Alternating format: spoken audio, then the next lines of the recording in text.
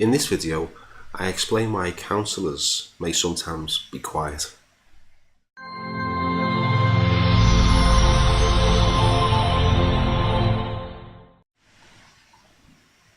Hello and welcome. My name is James Taylor. I'm a professional hypnotherapist, counsellor, life coach from number 1 Harley Street in London.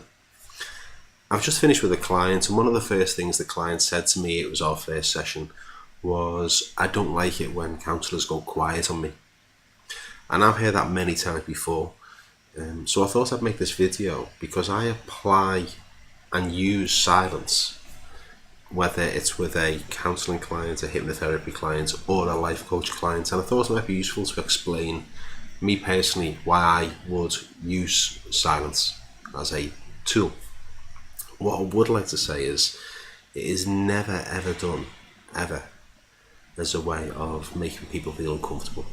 Sometimes when two people are talking and one person just closes down, it can make the other person feel quite uncomfortable, as if they have to say something to fill the gap, to fill the silence.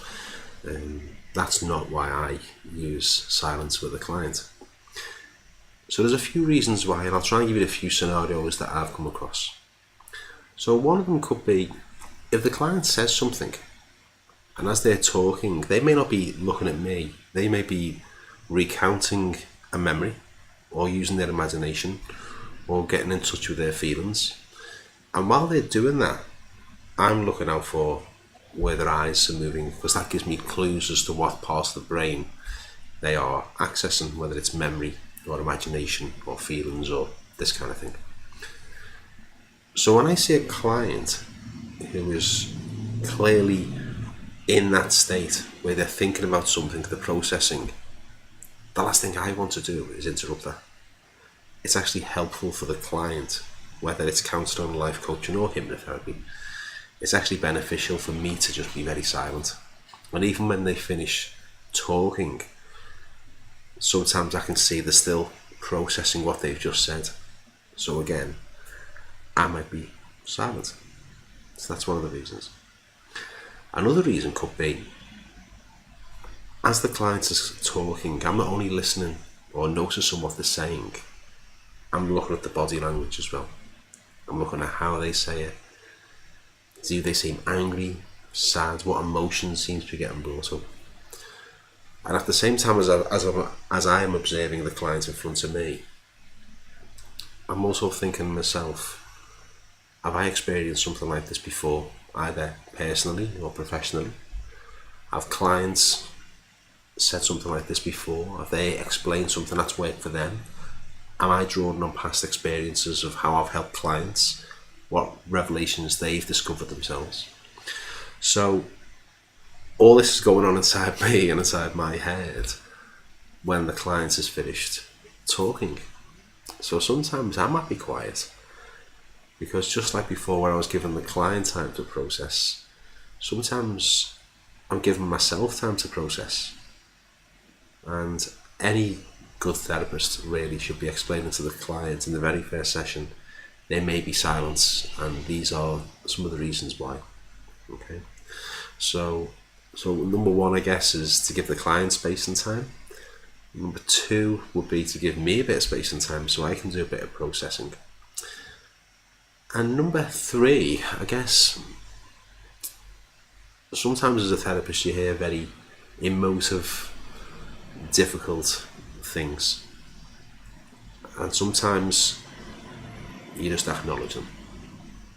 You're not there to fix, you're not there to put a stick and plaster over anything, but you are there for the client, to be there with them, to support them, to help them. And sometimes when a client said something quite difficult, and sometimes just a nod is all that's needed.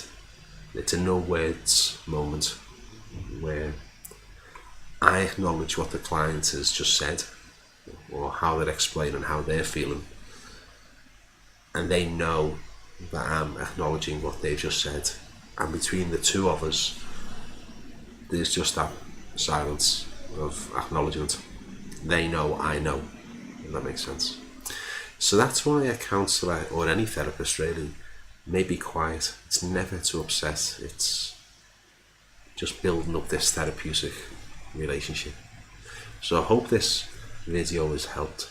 If you like this kind of thing, please like and subscribe, click on the bell. You'll be notified of more content as I upload. I want to try and do an upload every week on a different topic. So if there's something you would like maybe covered or discussed, let me know. And incidentally, I had a lovely email from a client who had seen one of my previous videos, and in the email, I'll keep them anonymous, but in the email they said, I want to thank you so much, I got off my nail at last. Now, if that doesn't make sense, there'll be a link somewhere in this video to that video which might help you actually. So until next time, my very best wishes. My name is James Taylor. Bye bye.